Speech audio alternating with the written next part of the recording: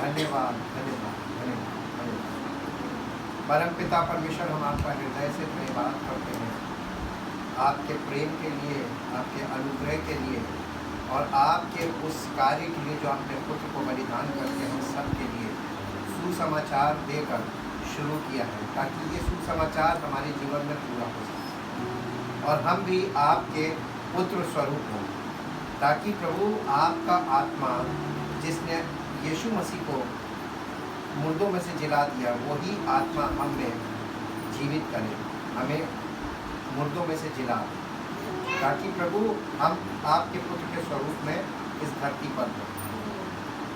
आपका धन्यवाद करते हैं आपकी योजनाओं के लिए जो आपने हम जैसे लोगों के लिए बनाई, जो इस लायक भी ना थी, लेकिन आपका प्रेम और अनुग्रह है कि आपने हम पर अनुग्रह किया। और चाहते पिता परमेश्वर, हम इन बातों को केवल सुनने वाले ना हो, बल्कि ये बातें हमारे जीवन में पूरी हों और हम पवित्र आत्मा की अगुवाई में चलकर जयवंत और फलवंत, ताकि आपका नाम हो। धन्यवाद के साथ इस प्रार्थना को आपके इकलौते पुत्र प्रभु यीशु मसीह के नाम से मांगते, आमीन। Praise the Lord. हम परमेश्वर का धन्यवाद करते हैं। कल बहुत से सवाल आप लोगों के अंदर पैदा हुए होंगे और होने चाहिए, क्योंकि हमने ऐसी बात ही बोली थी कि लोगों को हिलाने वाली बात, और वो चीज़ अब बहुत आसानी से समझ में आ जाएगी, क्योंकि जितनी कठिन लोग समझते हैं उतनी कठिन है नहीं। परमेश्वर ने मालूम क्या काम किया, परमेश्वर ने अपनी योजनाओं को ऐसा रखा है कि एक अनपढ़ व्यक्ति बहुत आसानी से समझ सके। लीस्ट पर्सन को लेकर उसने योजनाएं बनाई, तो उसकी बातों में एजुकेशन की ज़्यादा वैल्यू नहीं। अगर एजुकेटेड है तो बहुत अच्छी बात है, एजुकेशन को परमेश्वर की महिमा में यूज़ किया जा सकता है, लेकिन एजुकेशन से ज़्यादा ज़रूरी है हमारे अंदर जागृति पवित्र आत्मा के द्वारा। वो चीज़ हमारी लाइफ के फेज को बताती है। आज प्रेजेंस ऑफ गॉड पार्ट 39 में हम देखेंगे 2 मास्टर्स, 2 स्वामी। आपने देखा होगा बाइबल में यीशु मसीह ने 2 स्वामियों की बात की है ना, और वहां पर एक चीज बताई गई है कि मनुष्य जो है एक्चुअल में हम प्राण है, इसलिए हम प्राणी कहलाते हैं। We are soul, living soul. आप जब उत्पत्ति में जाके पढ़ते हैं, परमेश्वर ने आदम को बनाया, वहां पे लिखा है Adam being a living soul, living being. We are living being, living soul. हम जीवित प्राणी हैं। किसने हमको जीवन दिया है? परमेश्वर ने हमको जीवन दिया है। और अब हमारे सामने जो देखिए, फिर अब नए नियम में आते हैं तो लिखा हुआ है पहले शारीरिक, पहला आदम क्या था? शारीरिक था, और अंतिम आदम जीवन देने वाली आत्मा बना। तो अब 2 स्वामी हो गए। एक स्वामी हम खुद हैं, आदम की संतान होने के नाते। वो क्या है? हमारा प्राण या तो बॉडी के हिसाब से जिएगा, और या फिर हमारा प्राण प्रभु यीशु मसीह के हिसाब से जिएगा। हम अभी जब संसार में हैं इन फिजिकल लाइफ, तो हम आत्मिक तौर पर मृतक हैं और शारीरिक तौर पर हम जीवित हैं। और शारीरिक तौर पर जीवित हैं, उसके कारण हमारा जो प्राण है वो life according to the body, वो हमारे शरीर के अनुसार प्लानिंग करता है, हमारे शरीर के अनुसार सोच विचार करता है, हमारे शरीर के अनुसार काम करता है। और शरीर प्राण के अनुसार चलता है, प्राण की इच्छाओं को शरीर पूरा करता है, और शरीर की इच्छाओं को प्राण पूरा करता है। इसी को बोला गया है फिजिकल लाइफ। और फिर दूसरा फेज है, वो है बॉडी हमारी निष्क्रिय होनी चाहिए, इनऑपरेटिव। डेड का मतलब होता है इनऑपरेटिव। डेथ नहीं लिखा है, डेड लिखा है, और डेड का मतलब इनऑपरेटिव, निष्क्रिय। तो हमारी आत्मा शारीरिक जीवन में जब हम हैं तो हमारी आत्मा निष्क्रिय है। परमेश्वर क्या है? परमेश्वर क्या है? शरीर की आत्मा। परमेश्वर आत्मा है, तो हमारा परमेश्वर से शारीरिक जीवन में संपर्क हो सकता है? असंभव, हरगिज नहीं हो सकता। हमें परमेश्वर से अगर संबंध स्थापित करना है तो हमें आत्मिक तौर पर जीवित होना पड़ेगा, और शारीरिक रूप से इनऑपरेटिव यानी निष्क्रिय होना पड़ेगा, जिसका मतलब है डेड। डेथ नहीं बोला है, फिजिकल डेड और फिजिकल डेथ 2 चीजें हैं। हम फिजिकली डेड नहीं होते, और इसीलिए हम स्पिरिचुअली अलाइव नहीं होते।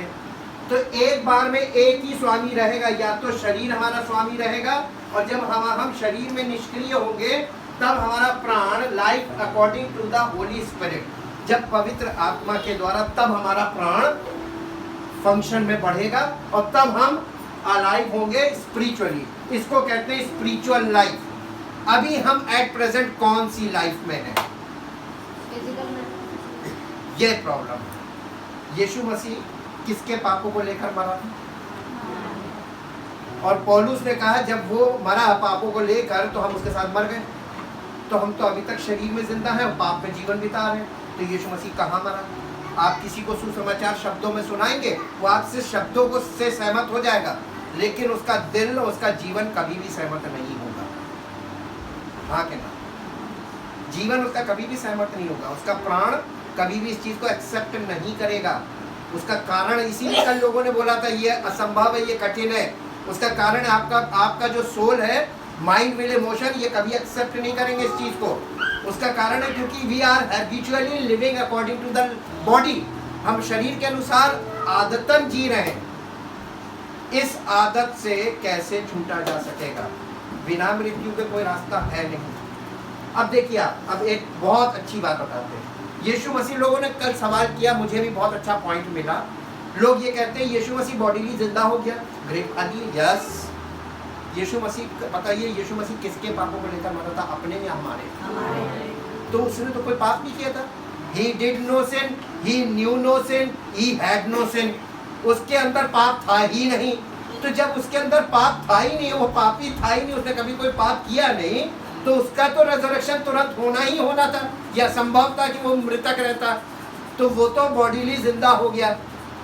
चर्च यानी कलीसिया बॉडी ऑफ क्राइस्ट कहलाती है, और बॉडी में we are the members of the body. हम उस बॉडी का हिस्सा है। आज बॉडी किस हालत में? तो हेड तो जिंदा हो गया, और अभी भी मरा हुआ है। बिग पिक्चर में देखेंगे तो यही तो दिखेगा। संसार के लोग क्या देख रहे हैं? प्रभु तो जीवित है, लेकिन ये लोग जो हैं, जो प्रभु का नाम ले रहे हैं, ये तो मरे। We are inoperative in spiritual. तो हम स्पिरिचुअल में इन ऑपरेटिव क्यों है? We are dead in spirit, alive in body. जिस दिन हम, जो कलीसिया के अंग हैं, हम जिस दिन एक एक करके सब अलग अलग तरह से मरेंगे। हम जिस दिन फिजिकली इनऑपरेटिव हो जाएंगे और स्पिरिचुअली अलाइव हो जाएंगे बाय द होली स्पिरिट, तो हम ये ग्रेव बन जाएंगे। बॉडी जो है वो ग्रेव बना दी, और अंदर जो प्राण हमारा रखा है वो जिंदा होना चाहिए। यीशु मसीह का जो पुनरुत्थान था वो ग्रेव के अंदर हुआ था कि बाहर हुआ? ग्रेव के अंदर हुआ था। ये प्रकाशन है वहां पर।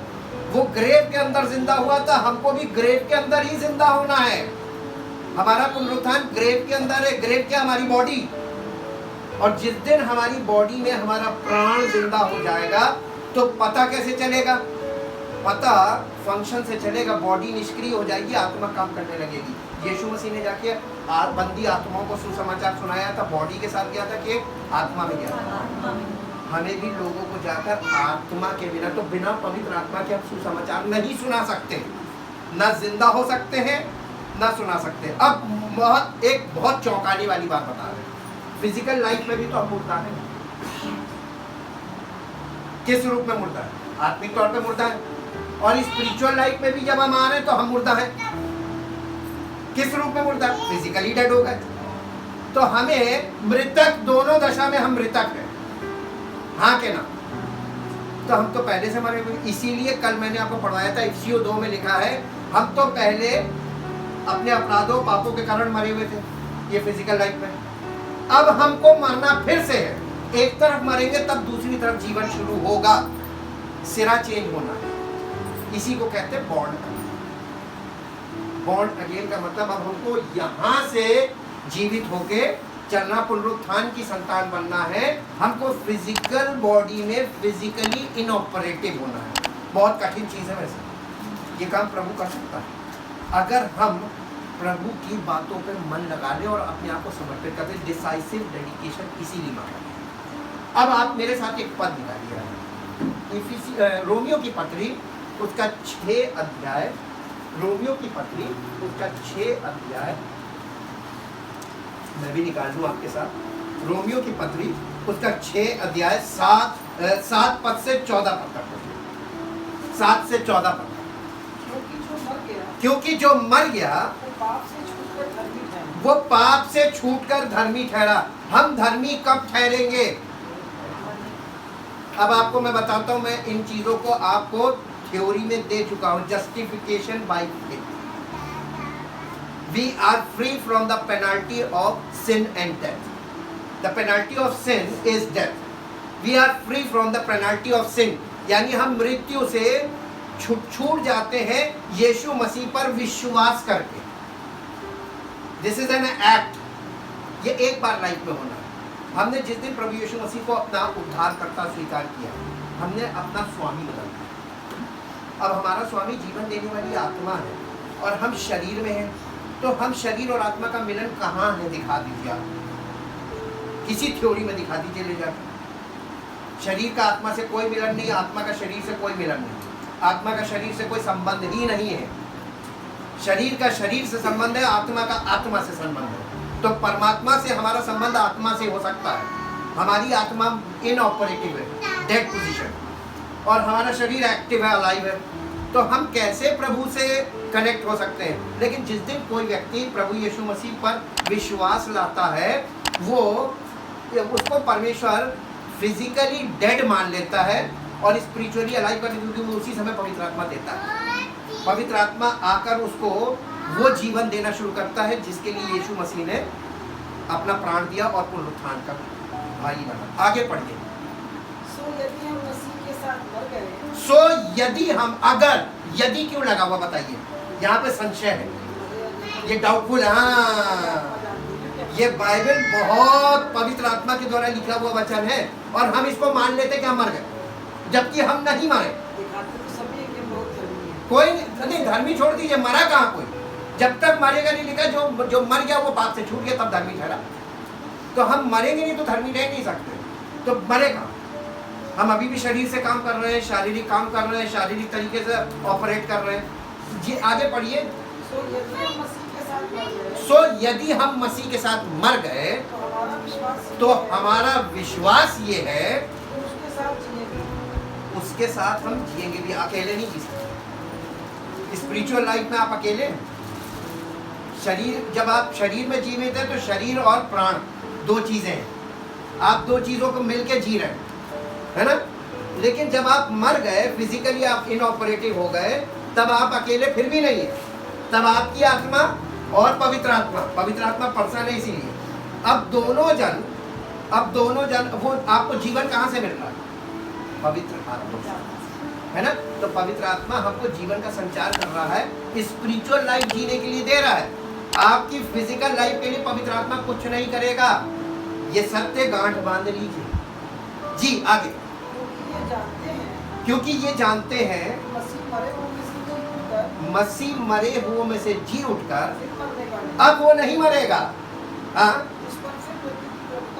उस पर फिर मृत्यु की प्रभुता नहीं होगी, क्योंकि वो जो मर गया पाप के लिए एक ही बार मर गया, परंतु जो जीवित है, अब आप किसके लिए जिएंगे? जब पवित्र आत्मा आ गया तो अब आपका जीवन किसका हो गया?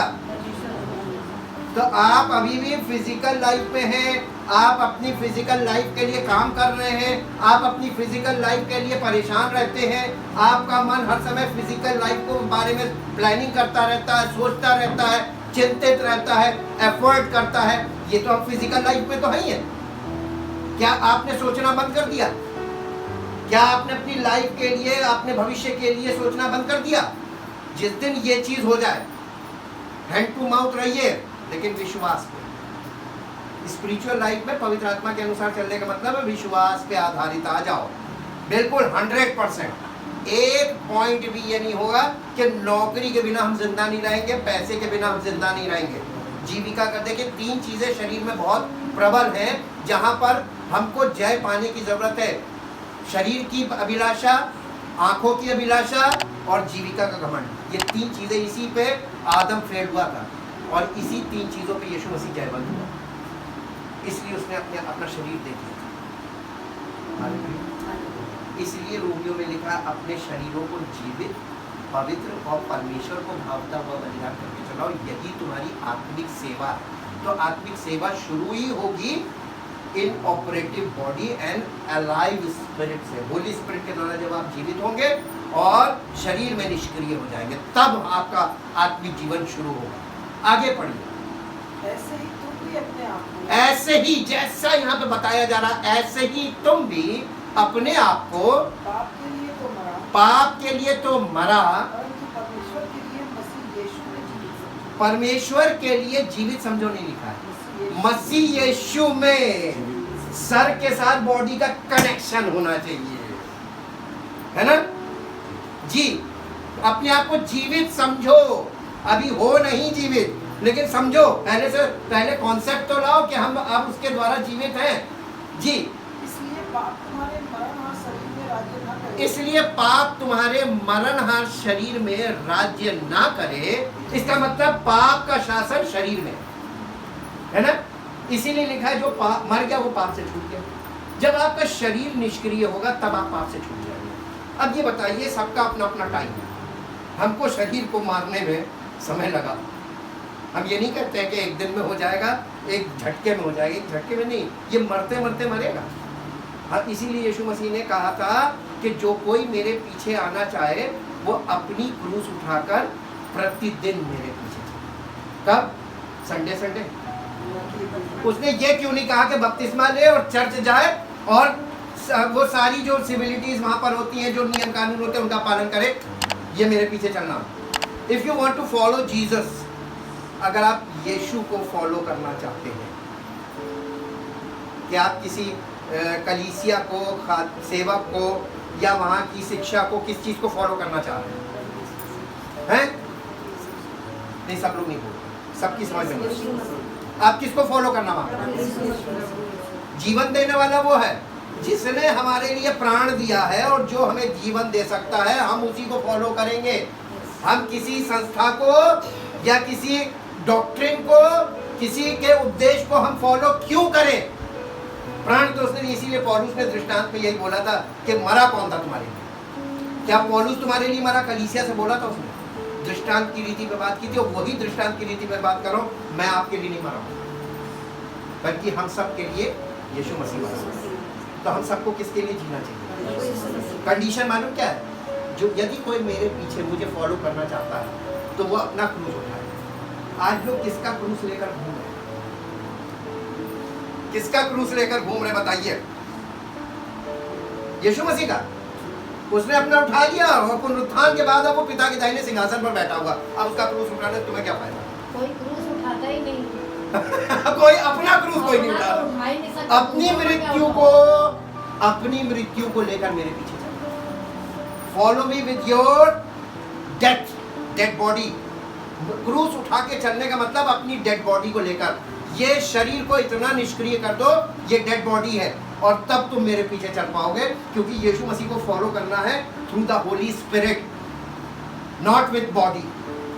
ये बॉडी जब तक निष्क्रिय रही, तभी पौलुस ने कहा था अब मैं जीवित न रहा, ये फिजिकल लाइफ में था तभी बोला था उसने, वरन मसीह मुझ में जीवित है। और अब जो मैं जीवित हूँ उस विश्वास से कि जो मेरा उस पर, उसको मालूम था वो जीवन देगा। तो पौलुस जीवन पाता है ना। और पौलुस के द्वारा सामर्थ्य के काम कौन कर रहा था? प्रभु यीशु मसीह कर रहा था। पौलुस शरीर से कोई काम नहीं कर रहा था। उसका शरीर जब डेड हुआ, उसकी पावर बताएं, जब मसीही लोगों का शरीर डेड हो जाता है, इनऑपरेटिव हो जाता है, तब पावर देखेंगे। पौलुस के शरीर से लोग रुमाल और अंगूठे छुआते और बीमारों पर डालते थे, और दुष्टात्मा वालों पर दुष्टात्माएं भाग जाती थी, बीमार चंगे हो जाते थे। ये थी उस डेड बॉडी की पावर। जिस दिन हम मसीह में डेड हो जाएंगे, हमारी बॉडी की पावर भी ऐसे ही काम करनी चाहिए। हालेलुया। अब आपको समझ में आया कि इस बॉडी को डेड करने के बाद पावर कितनी आती है? पावर तो अंदर है ना, जो इस बॉडी के द्वारा काम करने लगती है। ये बॉडी जब निष्क्रिय होती है तब पवित्र आत्मा की सामर्थ्य काम करती है। और इसी के साथ साथ एक जगह और चलिए, लॉ एंड सिन। अब ये पाप कैसे प्रभुता करता है, इसको पूरा पढ़ दीजिए जो आपने पढ़ा था। हाँ, उसी अध्याय में है हम। 7 से 14 तक का अभी कहाँ पढ़ा हमने? इसलिए पाप तुम्हारे मरणहार शरीर में राज्य न करे, इसलिए पाप तुम्हारे मरणहार शरीर में राज्य ना करे तुम उसकी लालसाओं के अधीन रहो, कि तुम उसकी लालसाओं के अधीन रहो और न अपने अंगों को अधर्म के हथियार होने और ना अपने अंगों को अधर्म के हथियार होने के लिए पाप को सौंपो, पर अपने आप को मरे हुओं में से पर अपने आप को मरे हुओं में से जी उठा हुआ जानकर परमेश्वर को सौंपो, और अपने अंगों को धर्म के हथियार होने के लिए परमेश्वर को सौंपो। परमेश्वर आत्मा है तो पवित्र आत्मा को सरेंडर कर दे अपने अंगों को। इसीलिए वहां पर रोमियो 12 में क्या लिखा है? अपने शरीर को जीवित तो पवित्र और परमेश्वर को भावता हुआ बलिदान करके चढ़ाओ, यही तुम्हारी आत्मिक आराधना है। आत्मिक आराधना शुरू कीजिए। क्या ट्रेडिशनल वर्शिप चाहते हैं आप लोग? ट्रेडिशनल मैसेजेस चाहते हैं? इन दिनों में केवल ट्रेडिशनल मैसेजेस चल रहे हैं, लेकिन पवित्र आत्मा की आपको उससे फायदा क्या? चेलों के पैर आज तक धोए जा रहे हैं, लेकिन कितने चेलों के पैर धो दिए? न चेले को उद्धार मिला जिनके पैर धोए, और न जिन्होंने पैर धोए उन्हें उद्धार मिला, क्योंकि पैर धोने से उद्धार है ही नहीं। कहीं लिखा हो तो बताइए। They are following the tradition only, वो ट्रेडिशन फॉलो कर रहे हैं। तो जीवन किसी को मिलेगा नहीं। जीवन तो मिलेगा जो परमेश्वर ने सुसमाचार सुनाया उसका पूरा होने से। हालेलुया जी। अब इसका दूसरा पार्ट आइए, रोमियो की पत्री 7 अध्याय और उसके पहले पद से पढ़िए 7 पद तक, 1 से 7, 1 से 6 पढ़िए, 1 से 6। हे भाइयों, क्या तुम नहीं जानते, मैं व्यवस्था के जानने वालों से कहता हूँ, जब तक मनुष्य फिजिकली जीवित रहता है तब तक उसको व्यवस्था की प्रभुता है। व्यवस्था की प्रभुता हमारे ऊपर कब तक है? We are law abiding people, हम कानून के अंतर्गत हैं। जब आप शरीर में जब कोई व्यक्ति मर जाता है तो क्या कानून उस पर कोई दोष लगाता है? मरे हुए आदमी पर कोई दोष लगाता है? मरे हुए आदमी पर किसी भी प्रकार को का उसके ऊपर अटैक करता कोई? क्यों नहीं करता? मरे हुए आदमी को कोई और मारता है? वो पहले से मरा हुआ है। मरे हुए को कोई नहीं मारता। और अगर हम फिजिकली इनऑपरेटिव हो जाएं, मर जाएं, तो हमें कौन मारेगा? इसीलिए पौलुस ने कहा था कौन मुझ पर दोष लगाएगा, क्योंकि पौलुस मर चुका था। इसीलिए उसने लिस्ट दी है कौन मुझ पर दोष लगाएगा। कौन सी चीज है इस मरे हुए पर जय पाएगी? इस मरे हुए को किसने खरीद लिया? उसने खरीद लिया, इसलिए अब फिजिकली मर गए और स्पिरिचुअली जीवित है। अब आत्मा में हमें मार के दिखाओ। इसीलिए गॉस्पेल में लिखा हुआ है, यीशु मसीह ने कहा था अपने चेलों से, उससे मत डरो जो शरीर को घात करते हैं, परंतु उससे डरो जो शरीर और आत्मा दोनों को नरक में नष्ट कर सकता है। हालेलुया। अब पावर किसके पास है? जो दोनों को नष्ट कर सकता है। और अगर हम मर गए शरीर में और आत्मा में जीवित है, बताइए हमें कौन नष्ट कर सकता है? हम जयवंत से बढ़कर हो गए कि नहीं हो गए? हम मसीह में जयवंत से बढ़कर कैसे हैं? अब समझ में आया? अब आगे पढ़िए इसको। जब तक मनुष्य जीवित रहता तब तक उस पर पाप की व्यवस्था की प्रभुता होती है। क्यों? ये एग्जाम्पल है। जैसे एक विवाहिता स्त्री अपने व्यवस्था के अनुसार अपने जीते जी उसके अपने पति से बंधी हुई है, परंतु अगर पति मर जाए, पति की व्यवस्था से छूट गई, अब क्या होगा? आगे पढ़िए। सो यदि पति के जीते जी अगर वो किसी दूसरे पुरुष की हो जाए तो वह अभिचारिणी कहलाएगी, परंतु यदि पति मर जाए तो उसकी व्यवस्था से छूट गई। यहाँ तक कि यदि किसी दूसरे पुरुष की हो जाए, हाँ, तो भी व्यभिचारिणी न ठहरे। क्यों? उसके अब एक बात बताएं, आपको थोड़ी देर के लिए बीच की स्टेज लाते हैं। एक स्त्री 2 पति कर सकती है? कर रही है ना? ये एग्जाम्पल के लिए है हमारे सामने। 2 कर रही है तो इसका मतलब वो 2 पति को फॉलो कैसे करेंगी? किसी एक को धोखा देंगी और किसी एक को खुश करेंगी। यीशु मसीह ने यही तो कहा था, कोई व्यक्ति 2 स्वामियों की सेवा। अब आप ये बताइए, अब स्पिरिचुअल में आ जाइए। आप शरीर में भी जीवित है और आत्मा भी जीवित हो जाए तो आपका मन तो दो पार्ट हो जाएगा। हम शरीर की भी सेवा करें और हम आत्मा की भी सेवा करें, हम शरीर के अनुसार भी चले तो आत्मा के अनुसार, तो ये क्या कहलाएगा? व्याभिचारिणी कहलाएगी कि नहीं? अब स्पिरिचुअल व्याभिचार किसको बोला गया? कलीसियाओं को व्याभिचारिणी बोला। क्यों बोला? किस सेंस में बोला? वो शरीर में जीवित होकर और प्रभु प्रभु कर रहे हैं तो वो दो स्वामी, दो नाव पे पैर रखे, और दो नाव पे पैर रखने से क्या होगा? क्यों डूबेंगे भैया? दोनों नाव धोखा दे जाएंगे। एक इधर चले जाएंगे, एक इधर। दोनों की दिशा अलग अलग है, दोनों का सिरा अलग अलग है। जब आप दोनों को फॉलो करना मांग रहे हैं बॉडी में ही, तो बॉडी आत्मा के। अब मेरे साथ एक पद निकालिए, जब ये कौन सा पद था? है? 7 का 2 आगे पढ़िए रे भी तो। हाँ, सो हे मेरे भाइयों, तुम भी मसीह के देह के द्वारा व्यवस्था के लिए मरे हुए बन गए। ओहो, हम कहाँ मरे? व्यवस्था, यीशु मसीह ने व्यवस्था को पूरा कर दिया अपने देह के द्वारा, और हम अपनी देह में अभी भी व्यवस्था को फॉलो कर रहे हैं, है ना? चेलों के पैर धो रहे हैं, व्यवस्था ही तो फॉलो कर रहे हैं। खजूर की डाली लेकर खड़े, व्यवस्था ही तो फॉलो कर रहे हैं। यीशु मसीह ने पूरा फिर क्या किया था? हमको नए जीवन की चाल चलनी थी, वो तो शुरू ही नहीं की। हम शरीर में जिंदा है अभी और सिंबल से लेकर खड़े हुए हैं। जी आगे पढ़िए। कि उस दूसरे में हो जाओ। यीशु मसीह व्यवस्था के लिए मर गया ताकि हम भी व्यवस्था के लिए मर गए, ताकि हम उस दूसरे के हो जाएं जो मरे हुओं में से जी उठा, ताकि हम परमेश्वर के लिए फल दें। ताकि हम अब परमेश्वर के लिए फल क्यों नहीं ला पा रहे? आत्मा में फल है, अब आत्मा का फल क्यों नहीं आ रहा हमारे अंदर, हमारी लाइफ में? क्योंकि अब शरीर में लगे हुए हैं, हम आत्मिक में शुरुआत ही नहीं हुई। जी आगे। क्योंकि जब हम शारीरिक थे, क्योंकि जब हम शारीरिक थे तो पापों की अभिलाषाएं व्यवस्था के द्वारा थी, व्यवस्था के द्वारा थी, मृत्यु का फल उत्पन्न मृत्यु का फल उत्पन्न करने करने के लिए हमारे अंगों में काम हमारे अंगों में काम करती। करती थी। परंतु जिसके बंधन में हम थे, परंतु जिसके बंधन में हम थे उसके लिए मरकर उसके लिए मरकर अब व्यवस्था से ऐसे छूट अब व्यवस्था से ऐसे छूट गए, लेख की पुरानी लेख की पुरानी रीति पर नहीं। वरन आत्मा की नई रीति पर सेवा करते। आज कौन सी सेवा चल रही है? लेख की पुरानी रीति पर लोग सेवा कर रहे हैं या आत्मा की नई रीति पर? लेख की पुरानी रीति। बस यही प्रॉब्लम है। ट्रेडिशन, वो लेख की पुरानी नीति पर, ये ट्रेडिशन है, और आत्मा की नई रीति पर ये नया जीवन है। ये कौन सी वर्ष थी? 36 in English. Romans chapter 7 verse 6 in English.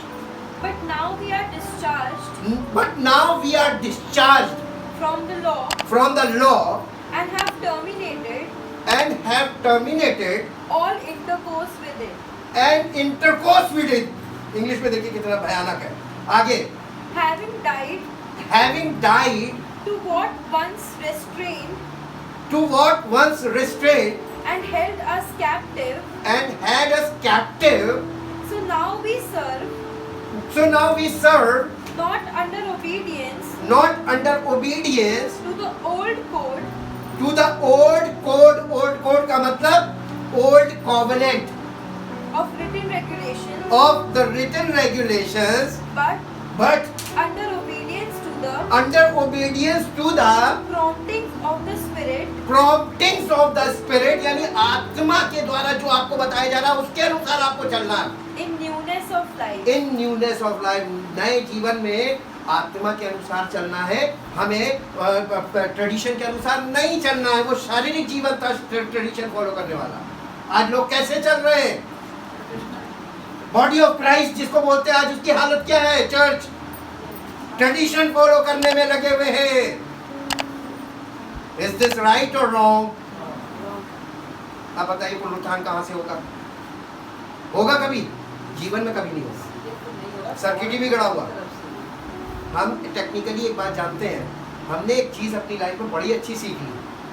Technical अगर सर्किट गड़बड़ है, सिरा नहीं मिला आपको, आप जीवन में कभी बत्ती नहीं जला पाएंगे। जब कोई उलझी हुई चीज़ दी जाती है, उसको सुलझाने का एक तरीका मुझसे सीख लीजिए, कॉमन सेंस। सिरा पकड़ के चलिए, और ये कोई सिरा नहीं पकड़ेगा। बेसिर पैर की बात करना, बिना सिरे। शुरुआत भी है और अंत भी है। हर चीज जिसकी शुरुआत है उसका अंत है। तो अगर शुरुआत है, अंत है, तो मेच्योरिटी भी है, उसके बढ़ना घटना भी जरूरी है ना। We are living beings. अब आगे पढ़िए हिंदी में। सो हम क्या करें? क्या व्यवस्था पाप है? क्या व्यवस्था पाप है? अब ये प्रश्न उठता है, क्या व्यवस्था पाप है? कदापि कदापि नहीं। वरन बिना व्यवस्था के वरन बिना व्यवस्था के मैं पाप को नहीं पहचानता था। व्यवस्था यदि ना कहती लालच मत करो। अब ये थोड़ी देर के लिए समझ लीजिए इसको। एक छोटा बच्चा है रायन, इसको लालच नहीं मालूम। क्या है मालूम है? नहीं मालूम। ही डोंट नो व्हाट इज लालच है। लेकिन जैसे जैसे ये बड़ा होगा, हम लोग बोल बोल के बेटा ये चीज़ नहीं, ये लालच है, ये चीज़ लालच, उसके माइंड में उस चीज़ को फिट करते हैं लालच है। हम उसको यानी डिसिप्लिन में सिखाने के लिए उसको बता रहे हैं लालच है। तो हम उसको जो चीज़ बता रहे हैं बिकॉज ऑफ डिसिप्लिन, लेकिन वो डिसिप्लिन तो किनारे, उसके माइंड में एक चीज़ आ गई, लालच भी कोई चीज़ है। यहाँ पर ये लालच को क्यों सबसे सामने रखा गया एग्जाम्पल में? क्योंकि आज लोगों में क्या चीज़ है? रुपए का लोभ, सब बुराइयों की जड़ है। रुपए की जरूरत किसको है? शरीर को, है ना। और शरीर किस चीज में लगा रहता है? अपनी इच्छा पूरी करने में। लालच लालच लालच लालच लालच लालच। आपको रोज किस चीज को मारना है?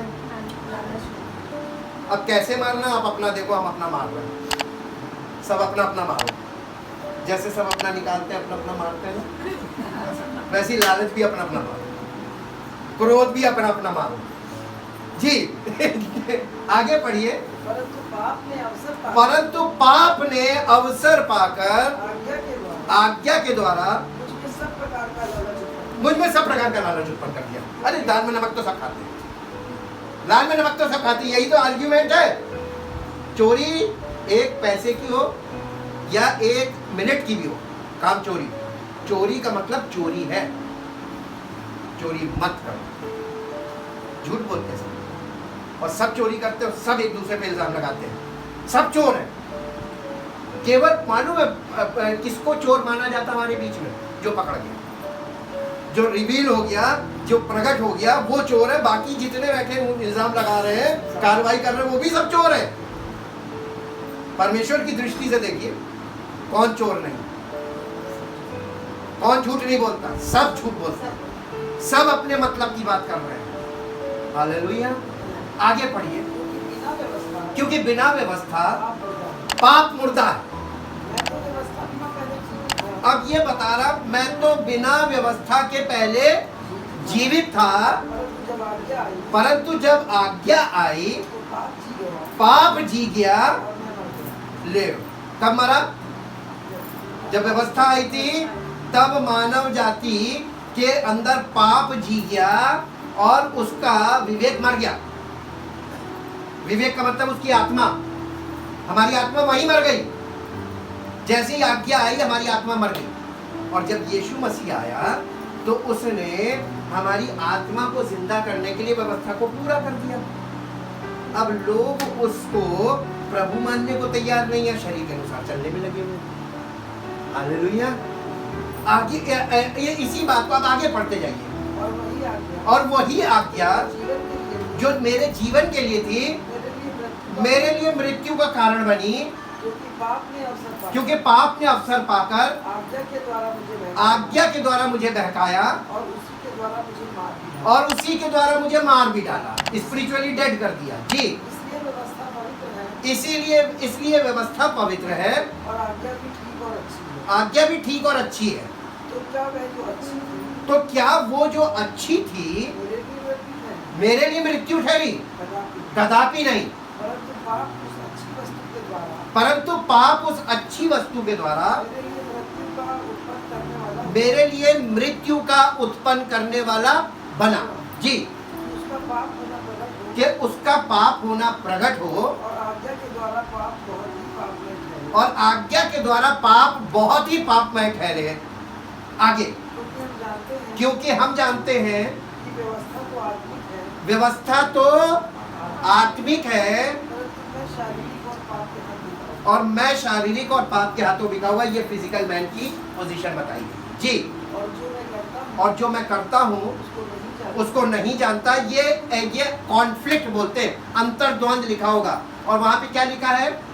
मसीही लोगों का अंतर्द्वंद लिखा है या मनुष्य का अंतर्द्वंद लिखा है? मनुष्य का अंतर्द्वंद। ये अंतर्द्वंद हर मनुष्य के अंदर, चाहे वो किसी भी जाति का हो। आपके मन के अंदर एक उथल पुथल है। उथल पुथल कैसी है? आप अपने आप को धर्मी समझ रहे हैं और सारी दुनिया को आप दोषी समझ रहे हैं। जो नुकसान हुआ फलाने ने किया, जो ये चीज हुई फलाने ने। आपने तो कुछ किया ही नहीं, दूध के दूल्हे। क्रोध किसने किया? रिश्ते किसने खराब किए? खुद।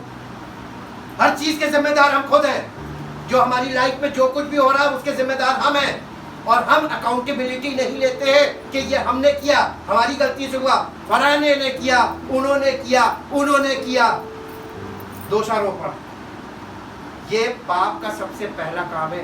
पापी आदमी कभी भी अपने आप दोष नहीं मानता। ये पाप का पहला गुण, दोषारोपण। आज हमारे पॉलिटिक्स में क्या चल रहा है? दोषारोपण। आज हमारे परिवारों में क्या चल रहा है? दोषारोपण। ये हमारी लाइफ का पार्ट बन गया और हम हैबिचुअल हो गए। जी, आगे पढ़िए। और जो मैं करता हूँ उसको नहीं जानता, क्योंकि जो मैं चाहता हूँ वो नहीं करता, परंतु जिससे मुझे घृणा आती है वही करता हूँ। यदि जो मैं नहीं चाहता वही करता हूँ तो मान लेता हूँ। ये बताइए, आप कब ये चाहते हैं कि मैं जाऊंगा वहां पे और आज मैं झगड़ा करूंगा, ऑफिस में जाऊंगा झगड़ा करूंगा? कभी कोई ये मान के चलता है? तो झगड़ा हो क्यों जाता? गुस्सा आ गया। गुस्सा क्यों आया? हम पापी हैं। पाप का स्वभाव है। शरीर हमारा बलवंत है, आत्मिक रूप से मरे हुए, तो आत्मा का बल तो हमें मिल नहीं रहा कि हम काबू कर लें। गुस्सा आया, फट गए, हो गया। जी, ऐसी दशा में उसका करने वाला मैं नहीं, ऐसी दशा में उसका करने वाला मैं नहीं, वरन पाप है जो मुझ में बसा हुआ है। क्योंकि मैं जानता हूँ मुझ में, अर्थात मेरे प्राण में या मेरी आत्मा में नहीं बोल रहा, मनुष्य के शरीर में कोई अच्छी वस्तु वास नहीं करेगी। जी, इच्छा तो मुझ में है, परंतु भले काम मुझसे होते नहीं है, बन नहीं पड़ते हैं, कर नहीं पाता हूँ। जी, क्योंकि जिस अच्छे काम की मैं इच्छा करता हूँ वो तो नहीं करता, परंतु जिस बुराई की इच्छा नहीं करता वही करता हूँ। परंतु यदि मैं वही करता हूँ जिसकी इच्छा नहीं करता, तो उसका करने वाला मैं नहीं, परंतु पाप है। कहाँ? मुझ में का मतलब मेरे शरीर में। पाप प्राण में नहीं, शरीर में। पाप की प्रभुता हमारे शरीर में है। आगे पढ़िए। सो मैं ये व्यवस्था पाता हूँ, जब मैं भलाई करने की इच्छा करता हूँ तो बुराई तुरंत आती है। जी, क्योंकि मैं भीतरी मनुष्यत्व में तो, भीतरी मनुष्य मतलब सोच, हम अपने दिल में और अपने मन में प्रभु से बहुत प्रसन्न हैं। आगे, परंतु मुझे अपने अंगों में यानी शरीर में एक और व्यवस्था काम कर रही शरीर में। जी, जो मेरी ये अंतर्द्वंद है, ये है हमारे मन के अंदर का कॉन्फ्लिक्ट। दो स्वामी काम करने लगे। जी, और मुझे पाप की व्यवस्था के बंधन में डालती है। और मुझे पाप की व्यवस्था के बंधन में डालती कैसे? जो मेरे अंगों में कैसे काम करती है? वह आपके प्राण में नहीं, हम नहीं करेंगे, ये चोरी है, हम नहीं करेंगे। अरे दाल में नमक तो सभी खाते हैं। ये कहाँ चलता है? मन के अंदर।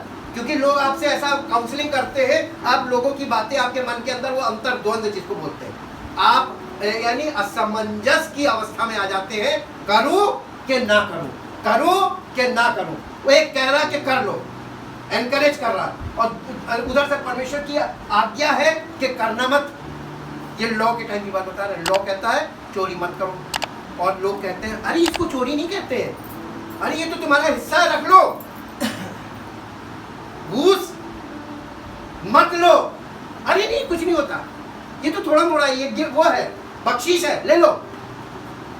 यही तो अंतर्द्वंद चलता है ना, वो हमें पाप की व्यवस्था के बंधन में डालती है। जी, मैं कैसा अभागा मनुष्य हूँ, मुझे इस डेड बॉडी से, इस मृत्यु की देह से, क्योंकि ये बॉडी जिस दिन खत्म हुई, मेरा प्राण अनंत मृत्यु में चला जाएगा। हालेलुया। कितने लोग जाना चाहते हैं? हम जैसे पैदा हुए वैसे ही मरना नहीं। हम पैदा तो पापी हुए थे, लेकिन मरेंगे पापी नहीं। उद्धार पा ले, प्रभु ने हमारे लिए मृत्यु से जीवन का मार्ग बना रखा है, लेकिन चॉइस आपके ऊपर, चॉइस इज योर्स। सही बात है। परमेश्वर कभी किसी पे कोई चीज थोपी नहीं। व्यक्तिगत लाइफ का प्रिंसिपल आपको खुद डिसाइड करना है। यस, आप सत्य, आप जिससे सलाह लेंगे, फिजिकल सलाह मिलेगी, फंसा देगा, पाप में गिरा देगा। शरीर से शरीर और आत्मा से आत्मा, पवित्र आत्मा से अच्छा कोई साथी नहीं मिलेगा जो आपको झूठ बताएगा। तुम मत करना, करना है करने दो, तुम मत करना। आगे पढ़िए। मैं अपने प्रभु यीशु मसीह अब पौलुस कह रहा, मैं अपने प्रभु यीशु मसीह के द्वारा परमेश्वर का धन्यवाद करता हूँ। निदान मैं आप बुद्धि से तो परमेश्वर की व्यवस्था का, परंतु शरीर से पाप की व्यवस्था का सेवन करता हूँ। सेवन का मतलब प्रयोग करता हूँ। आपका शरीर पाप का इंस्ट्रूमेंट है और आपका प्राण इस शरीर के अंदर है। तो ये बताइए, पानी में रह के मगर से बैर कौन करेगा? जिस दिन आप अपने शरीर के खिलाफ आपका प्राण हो जाएगा अंदर, तो युद्ध छिड़ जाएगा, लड़ाई हो जाएगी। किसमें? आपके प्राण और आपकी आत्मा में, आपके शरीर और आपके प्राण में लड़ाई छिड़ जाएगी। शरीर कहेगा तुम अब करके देखो, तुम अब बाइबल पढ़ के देखो, मैं तुम्हें पढ़ लेंगे, वो आपको डिस्टर्ब कर, आप उसके खिलाफ जा ही नहीं सकते। आप उसके गुलाम है ना। गुलाम का मतलब क्या होता है? उसके वश में है। कैसे निकलेंगे बताइए? ये बहुत भयानक स्टेज है। We need Jesus Christ. Yes. एक तो हम स्पिरिचुअली डेड है, हमारे पास वैसी पावर नहीं है, हम शरीर को हरा ही नहीं सकते। और पवित्र आत्मा यानी बाहर से हमको अगर कोई सामर्थ्य ना मिले, तब तक हमको कोई बचा नहीं सकता। इसका एक एग्जाम्पल ले लीजिए कि जैसे इस समय म्यांमार में मार काट चलते हैं, मिलिट्री ने टेक ओवर कर लिया है, वहाँ के लोग चिल्ला रहे बचाओ, जिंदगी बचाने को कह रहे, कौन बचाएगा? उससे ज़्यादा पावरफुल। जब तक सब लोग सहमति नहीं करेंगे, तब तक वहाँ पर कोई उसमें दिल में हाथ नहीं डालेगा। जी जी, ऐसी भयानक मार पूरी दुनिया में मर रही, यानी बरस रही है। मृत्यु मृत्यु मृत्यु मृत्यु, कौन छुड़ाएगा? पौलुस कह रहा। अब आप ये बताइए, एक पद और पढ़ लीजिए मेरे साथ, गलातियों की पत्री 5 अध्याय, जल्दी से निकालिए। गलातियों की पत्री 5 अध्याय उसका 17 पद। गलातियों की पत्री 5 अध्याय 17 पद, बहुत जल्दी, फिर इंग्लिश में भी बेटा निकाल लेना इसी को। Galatians chapter 5 verse 17। गलातियों 5:17। शरीर आत्मा के विरोध में और आत्मा शरीर के विरोध में, और आत्मा शरीर के विरोध में लालसा करता है, और ये एक दूसरे के विरोधी हैं। अब देखिए, दो स्वामी, ये दोनों एक दूसरे के विरोधी हैं। स्वामी कौन कौन है? पहले यहाँ पर समझ लीजिए। बॉडी, हमारा शरीर एक स्वामी है, और दूसरा पवित्र आत्मा एक स्वामी है। ये दो स्वामी एक साथ आएंगे, इनमें आपस में झगड़ा हो जाएगा, हेड टू हेड। वो कहेगा तुम, या तो तुम जिंदा रहोगे या मैं। एक म्यान में कितनी तलवार रहती है? एक ही रहेगी ना। दो जिस दिन हो गई तो जो रखेगा वो गया, म्यान गई, है ना। अब आप ये देखिए, हम या तो शरीर में जिंदा रहेंगे या हम पवित्र आत्मा के द्वारा जिंदा रहेंगे, आत्मा में। हालेलुया। अब ये बताइए, ट्रेडिशन चाहिए?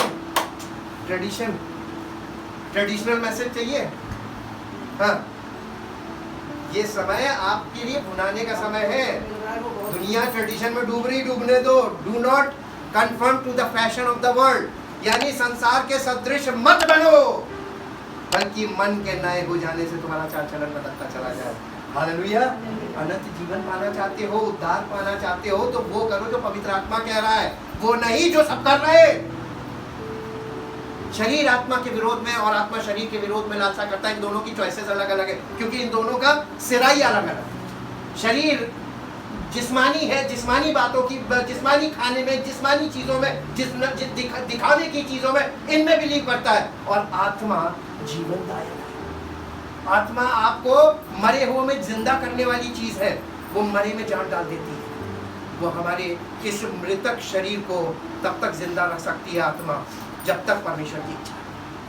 जब तक उसका काम मेरे जीवन में पूरा नहीं हो जाएगा, तब तक वो जिंदा रखेगा। हालेलुया जी। अब एक बात बताइए, इस मरे हुए शरीर पे वायरस काम करेगा? हम वायरस फ्री हो जाएंगे अगर हमने अपने शरीर को निष्क्रिय कर दिया। आत्मा में जीवन आएगा तो कोई चीज आप पर अटैक नहीं कर सकती।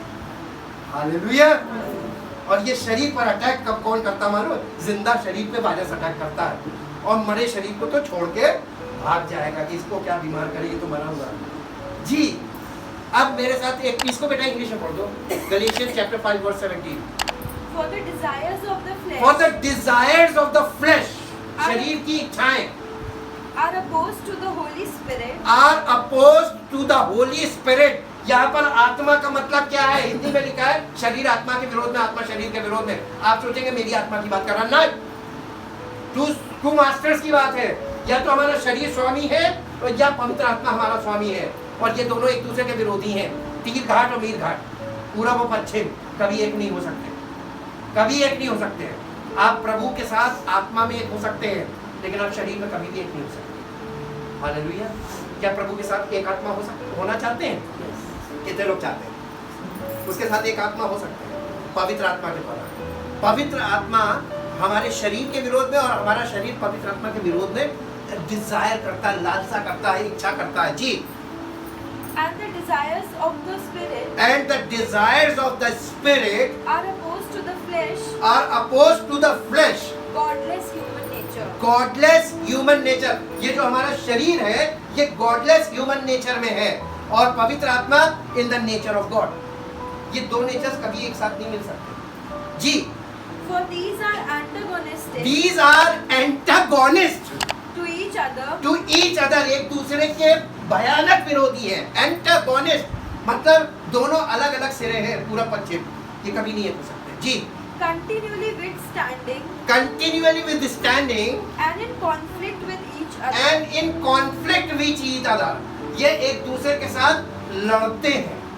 ये एक साथ, अब एक पिंजड़े में दो विपरीत नेचर की चीजों को डालेंगे तो आपस में क्या होगा? अरे टू काइंड्स एक साथ कैसे रह सकती? दो स्वामी एक साथ, एक आदमी दो स्वामी की सेवा कैसे कर सकता है? इम्पॉसिबल। इसका मतलब लोग जो कर रहे हैं वो गलत कर रहे हैं कि नहीं कर रहे हैं? क्या हम भी उस गलती का हिस्सा बन जाए, या हम सच्चाई को जानकर सही खड़े हो जाए? कोई तो खड़ा होगा, या सब एकदम भेड़िए दसान हो गए, जो सब कर रहे हैं वही करो, हम मर गए। अब इसके बाद इसका 16 पद पढ़ो हिंदी में, 5:16। हाँ, आप 16 पढ़ो। पर मैं कहता हूँ आत्मा के अनुसार चलो तो तुम शरीर की लालसाओं को किसी रीति से पूरी न करो। अगर कोई पवित्र आत्मा के अनुसार चल रहा है तो उसके लिए ये इम्पॉसिबल है कि वो शरीर की इच्छा पूरी करे। और अगर कोई शरीर की इच्छा पूरी कर रहा हो, कह रहा है मैं पवित्र आत्मा के अनुसार चलता हूं, कर रहा है, झूठा गवाह है। हालेलुया। ये हमारे और आपके लिए हथौड़ा है, हथौड़ा जो खोपड़े पे पड़ता है तो भेजे को दो भाग कर देता है, या तो इस किनारे हो जाओ या उस किनारे हो जाओ। यूं मत हो, या तो एक तरफ हो जाओ जी, एक तरफ हो जाओ, या तो शरीर के अनुसार हो जाओ, नष्ट तो होना ही है, और मरे तो इसमें भी है, शारीरिक जीवन में भी हमारे, हम आत्मिक मरे, और वैसे क्या हम शारीरिक मर जाए तो हम आत्मिक जिंदा है। तो एक तरीके से जिंदा रहो, या तो शरीर में जिंदा रहो या आत्मा में जिंदा रहो। 50-50 वाला कोई रास्ता ही नहीं है बाइबल के अंदर। और जब आत्मा में जिंदा होते हो तो शरीर जुगली रीति से जीता है जी। पावर है, आत्मा में पावर है, जयवंत है। जो हमें पवित्र आत्मा मिला वो जयवंत है, वो महिमा का आत्मा है जी। यदि मैं कहता हूं कि यदि तुम आत्मा के अनुसार जीवित हो, इंग्लिश में पढ़िए 16, But I say, walk walk and live habitually in in the Holy Spirit, the Holy Spirit, responsive to and controlled and controlled and guided by the Spirit, and guided by the Spirit, then you will certainly not gratify the cravings and desires of the the flesh, cravings and desires of the flesh of human nature or of human nature without God. Without God. यानी परमेश्वर रहित जो हमारा स्वभाव है, शारीरिक स्वभाव है, वो परमेश्वर रहित है। हम कभी भी उसकी इच्छाओं को नहीं पूरा करेंगे, कभी नहीं करेंगे, नेवर नेवर नेवर। लेकिन ये वाला अनुभव जब आपके जीवन में आएगा तब आपको इसकी पावर पता चलेगा। Hallelujah, thank you thank you thank you thank you. अब हम आपको लास्ट में एक वर्ष पढ़ा रहे हैं, मेरे साथ निकालिए यहोशू की पुस्तक, व्यवस्था विवरण की पुस्तक, the book of Deuteronomy in English, व्यवस्था विवरण की पुस्तक, उसका 30 अध्याय निकाल लिया? वेरी गुड, इतना ही फास्ट होना है। 30 अध्याय और उसका 14 और 15 पद, 14 और 15 पद। परंतु यह नहीं, व्यवस्था विवरण की पुस्तक 30 अध्याय, हाँ 14। परंतु ये वचन तेरे बहुत निकट, हाँ नहीं ये नहीं है, सॉरी यहोशू की पुस्तक, यहोशू की पुस्तक, हाँ 30 अध्याय खोला है इसका, व्यवस्था विवरण का, इसका 19-20 पद पढ़, इसका 19-20 पढ़, 30 अध्याय का 19-20 पढ़, यहाँ पर भी इंपॉर्टेंट चीज है। 30 अध्याय 19-20।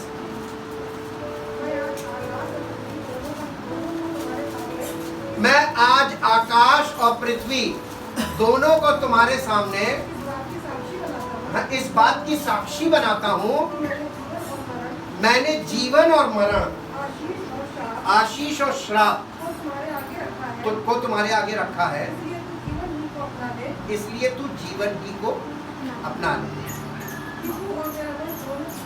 कि तू और तेरा वंश दोनों जीवित हो।